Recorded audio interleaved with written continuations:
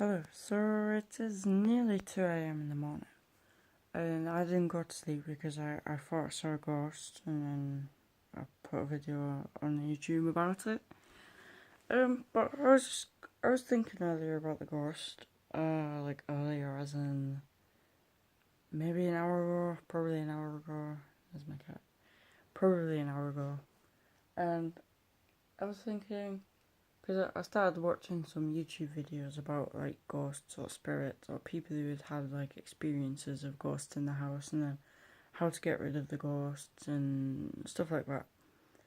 And I started thinking about like the actual existence of ghosts, and it's like, okay, well, if there's been a ghost in this house, then surely I would have seen it before or experienced it before, which I think I have in the past.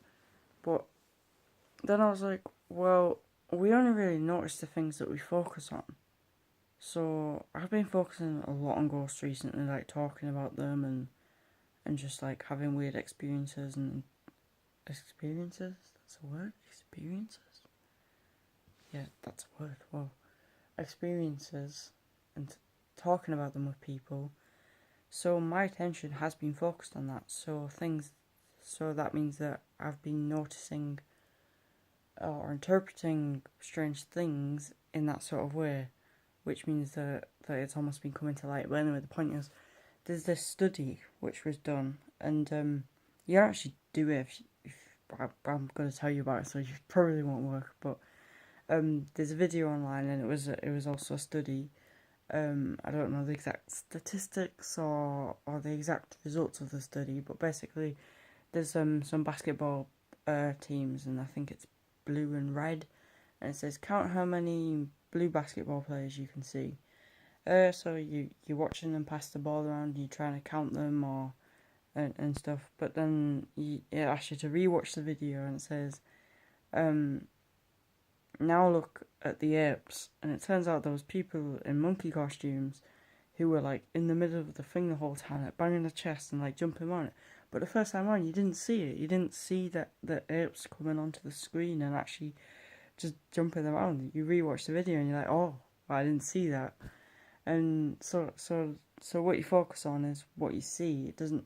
So when you're experiencing something, you're not experiencing the entirety of it. You're only experiencing the parts in which you're focusing on, and ignoring the other things which you aren't focusing on at that given moment. But that's not to say that the things you aren't focusing on aren't there. It's just that you're not receiving them. You're not picking them up.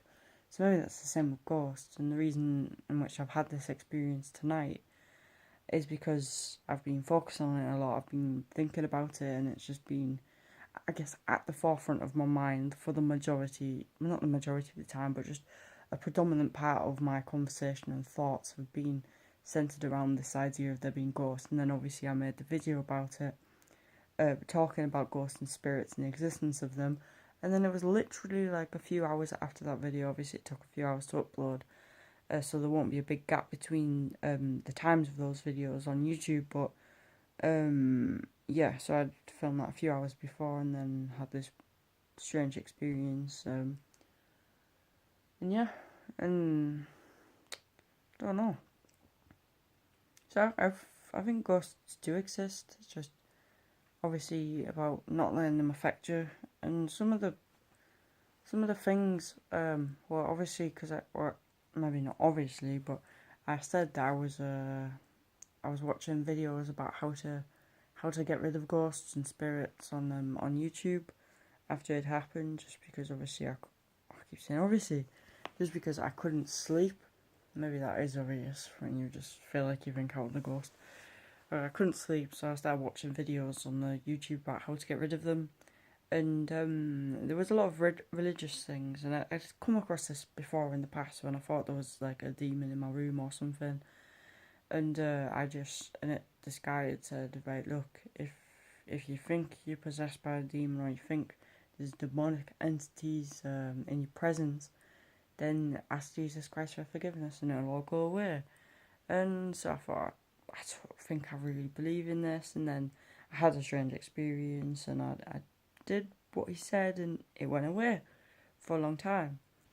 In some ways it does work, but it was sort of like the way they were talking about it, they had a religious overlay, but is the religious overlay really the important part, or is it more like the actual underpinning of what's going on behind the story? So the religious part of it is almost like surface stuff. It's superfluous in some ways. It's just a story, and then the rest of it is what's actually embedded within that story, like I guess the abstracted metaphysic of what's happening. So when you say ask Jesus for forgiveness, or you say God has acted through Jesus and Jesus has given us the authority to cast away the demons, that's almost giving us power. It's making us feel empowered. It's almost like a hypnotic suggestion that we have the power in order to be able to counteract some sort of negative energies which could be affecting us. And the fact that we have the belief that we have the power in order to be able to get rid of these negative energies actually gives us the power to get rid of these negative energies, and they're gone. And the whole idea of Jesus and God and religion being a big part of this is almost like just the story overlay. Like I was saying, it's not necessarily the important part.